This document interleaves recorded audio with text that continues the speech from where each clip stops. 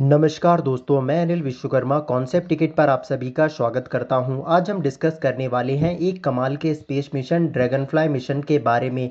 तो चलिए स्टार्ट करते हैं। So let's begin. Dragonfly rotorcraft mission NASA का मिशन है। यह मिशन शनि ग्रह में जो लार्जेस्ट मून है टाइटन, उसकी जांच करने के लिए ही होने वाला है और इस मिशन की शुरुआत का काम भी स्टार्ट हो चुका है। इसको लॉन्च करने का प्लान नासा ने जुलाई 2028 में किया हुआ है।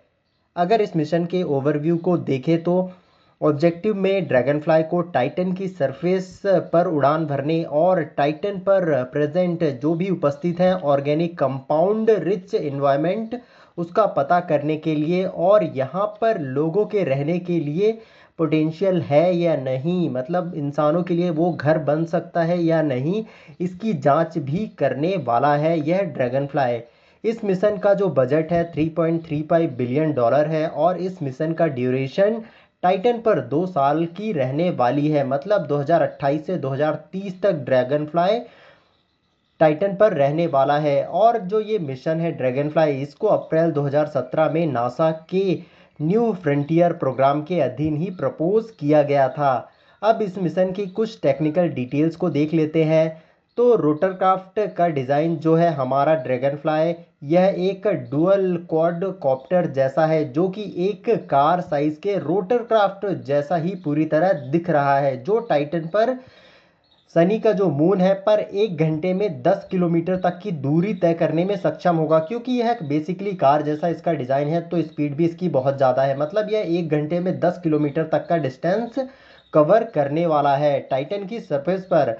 और जो सरफेस ऑपरेशन में तो यह रोटरक्राफ्ट होने ही वाला है। इसका ज़्यादातर जो समय है यह जो साइंटिफिक मेजरमेंट है वही करने में इसका निकलने वाला है।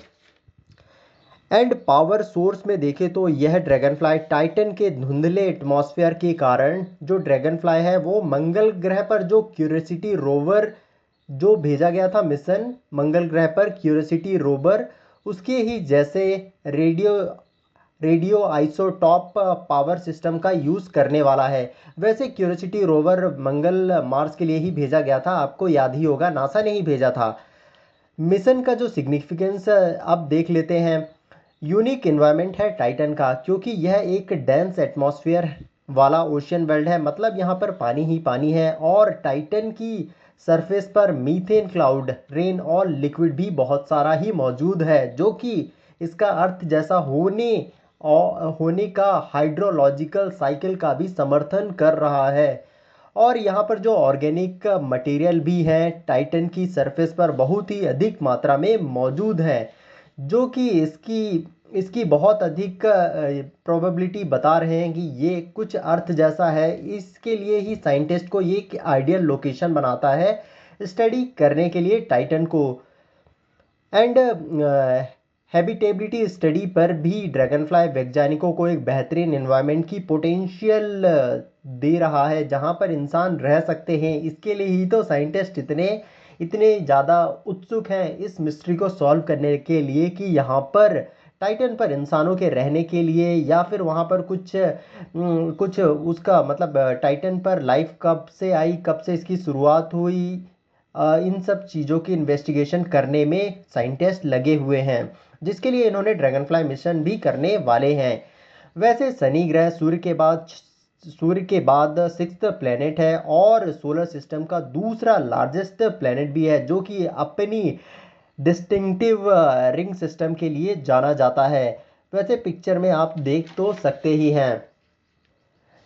अब यह देखिए हमारा सोलर सिस्टम सबसे बड़ा प्लेनेट है जुपिटर, दूसरे नंबर पर सैटर्न शनि आता है जिसकी हम अभी बात कर रहे हैं। और आप सभी को अच्छे से पता है कि हमारे 8 प्लेनेट हैं, मरकरी वीनस अर्थ मार्स ये हमारे इनर प्लेनेट हैं और जुपिटर सैटर्न यूरेनस और नेपच्यून ये आउटर प्लेनेट भी हुआ करते हैं।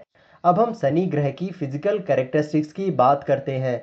तो इसका जो डायमीटर है 1,16,460 किलोमीटर का है, जो हमारी अर्थ के डायमीटर से लगभग 9.5 गुना बड़ा है। और हमको शनि ग्रह पर शुरुआत में हमको सिर्फ वहाँ पर हाइड्रोजन और हीलियम से ही बना है यही पता चला था। लेकिन लेकिन अब यहाँ पर बहुत सारी और भी गैसें मौजूद हैं सनी के एटमॉस्फेयर में। हाइड्रोजन, हीलियम के अलावा कुछ और भी गैसें भी यहाँ पर अब देखी जा सकती हैं। सनी की जो आइकॉनिक रिंग सिस्टम है वो और भी और ग्रहों से इसको बहुत ही ज़्यादा अलग बना देती है। और इसमें जो ग्रहों की परिक्रमा करने में आइस पार्टिकल और डिब्रीज भी शामिल होती हैं। और शनि ग्रह सैटर्न पर स्पेसक्राफ्ट मिशन को जो अब तक किए गए हैं उनको देख लेते हैं। मतलब शनि ग्रह पर कितने अभी तक मिशन भेजे जा चुके हैं शनि को एक्सप्लोर करने के लिए। तो सबसे पहले पायनियर 11 1979 में यह शनि ग्रह के पास उड़ान भरने वाला पहला स्पेसक्राफ्ट था, जो कि शनि ग्रह की क्लोजअप इमेजेस के लिए ही भेजा गया था कि वहाँ से हमको क्लोजअप शनि की इमेजेस मिल सके। और ये मिशन अभी तक कंटिन्यूस है और ये पायनियर 11 जो है अभी तक इमेजेस को भेज रहा है शनि ग्रह से। और इसके अलावा वॉयगर 1 एंड 2 को 1980 और 1981 में भेजा गया था शनि ग्रह पर। और उस इससे क्या पता करने के लिए इसको भेजा गया था, इसको वॉयगर को भेजा गया था कि वहाँ पर जो मून है उसकी डिटेल करने, और नए मून, टाइटन तो है ही मून, टाइटन के अलावा और भी कौन कौन से इसके मून हो सकते हैं उन सब की डिस्कवरी करने के लिए भेजा गया था। और रिंग के बारे में भी बहुत सारी रिवीलिंग डिटेल्स हमको वॉयगर 1 एंड 2 से ही पता चली हुई थी। फिर कसीनी ह्यूजेनस को 2004 से 17 तक इस मिशन को किया गया, जो कि एक जॉइंट मिशन था नासा और ईएसए का, जिसका काम शनि ग्रह की परिक्रमा और उसके मून्स और उसके रिंग का डिटेल में स्टडी करने का प्लान था। ठीक है, जो कि उसने किया भी बहुत हद तक। अब देखते हैं टाइटन के बारे में, जो शनि का लार्जेस्ट मून है और सोलर सिस्टम का दूसरा सबसे बड़ा मून है। तो सोलर सिस्टम का सबसे बड़ा मून कौन है? गान्यमेडे। और अब देखते हैं टाइटन की फिजिकल कैरेक्टरिस्टिक्स के बारे में। तो इसका जो डायमीटर है टाइटन का, ये 5150 किलोमीटर का है, जो बुध ग्रह से भी बड़ा है। और टाइटन का घना एटमॉस्फेयर है, जो कि मुख्य रूप से नाइट्रोजन से बना हुआ है, जिसमें मीथेन और कुछ हाइड्रोकार्बन के भी ट्रेसेस देखने को मिल जाते हैं।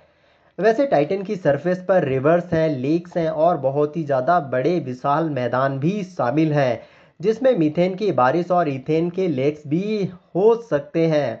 और टाइटन के एटमॉस्फेयर पर और सरफेस में कॉम्प्लेक्स ऑर्गेनिक मॉलिक्यूल्स भी मौजूद हैं, जो इसे एस्ट्रोबायोलॉजी के लिए एक कमाल की मिस्ट्री बना रहा है। इसीलिए इस पर बहुत सारे मिशन भी होने वाले हैं अपकमिंग, और नासा ने इसकी शुरुआत भी कर दी है। और इस टाइटन के लिए अब कौन कौन से अब तक मिशन हुए हैं वो देखते हैं। तो इसके लिए ह्यूजन प्रोब 2005 में मिशन हुआ था। इसमें कसीनी स्पेसक्राफ्ट के द्वारा सर्च ह्यूजन की सर्च प्रॉपरली हुई थी, जिसमें यह स्पेसक्राफ्ट टाइटन की सरफेस पर उतरा था, जिसने हमें टाइटन शनि के मून की फर्स्ट डायरेक्ट मेजरमेंट, मतलब हमें टाइटन की पहली मेजरमेंट भी ह्यूजन प्रोब 2005 मिशन से ही हुई थी। और इसके बहुत सारी इमेजेस भी हमको उसी टाइम से मिल सकी थी, उसके पहले नहीं थी। ठीक है, अब जानते हैं नासा के बारे में, जिसने इस मिशन को किया है। और नासा वर्ल्ड की सबसे बड़ी स्पेस एजेंसी भी है, जो कि अमेरिका ऑन करता है, अमेरिका की है। और नासा कब बना था? 29 जुलाई 1958 में नासा बना हुआ था। इसका हेडक्वार्टर वॉशिंगटन डीसी में है। और इसका जो एडमिनिस्ट्रेटर, मतलब इसके अभी हेड कौन है? बिल नेल्सन है। और नासा के 2024 के अपकमिंग मिशन को आप ज़रूर से देखें, मैंने यहाँ पर लिख दिया है। ठीक है, इम्पॉर्टेंट भी है, इसी साल होने वाले हैं ये सारे। अब जानते हैं हमारे प्यारे भारत के स्पेस एजेंसी के बारे में, जो कि इसरो है। इसको इंडियन स्पेस रिसर्च ऑर्गेनाइजेशन भी बोला करते हैं। और इसका जो हेडक्वार्टर है ये बेंगलोर कर्नाटका में है। और यह मिनिस्ट्री ऑफ स्पेस के अधीन आती है। और इसके अभी चेयरमैन सोमनाथ हैं। और इसरो को इस्टेब्लिश बनाया कब गया था? 15 अगस्त 1969 में इसरो की स्थापना विक्रम साराभाई ने करी थी। तो हमारे जो विक्रम साराभाई हैं, इनको फादर कहा जाता है इंडियन स्पेस प्रोग्राम का। और अब देख लेते हैं इसरो के कुछ अपकमिंग मिशन। तो इसरो अर्थ ऑब्जर्वेशन के लिए निसार मिशन 2024 में करेगा, गगनयान 2 2025 में, शुक्रयान 2025 में ही, मंगलयान 2 2026 में करेगा मिशन इसरो। तो यही था आज का लेक्चर। आई होप आपको पसंद आया होगा। अगर आपको पसंद आया तो आप इसको लाइक कर सकते हैं, चैनल को सब्सक्राइब करें, और अब मैं मिलता हूँ नेक्स्ट वीडियो में। Thanks for watching concept ticket. आपका दिन शुभ हो।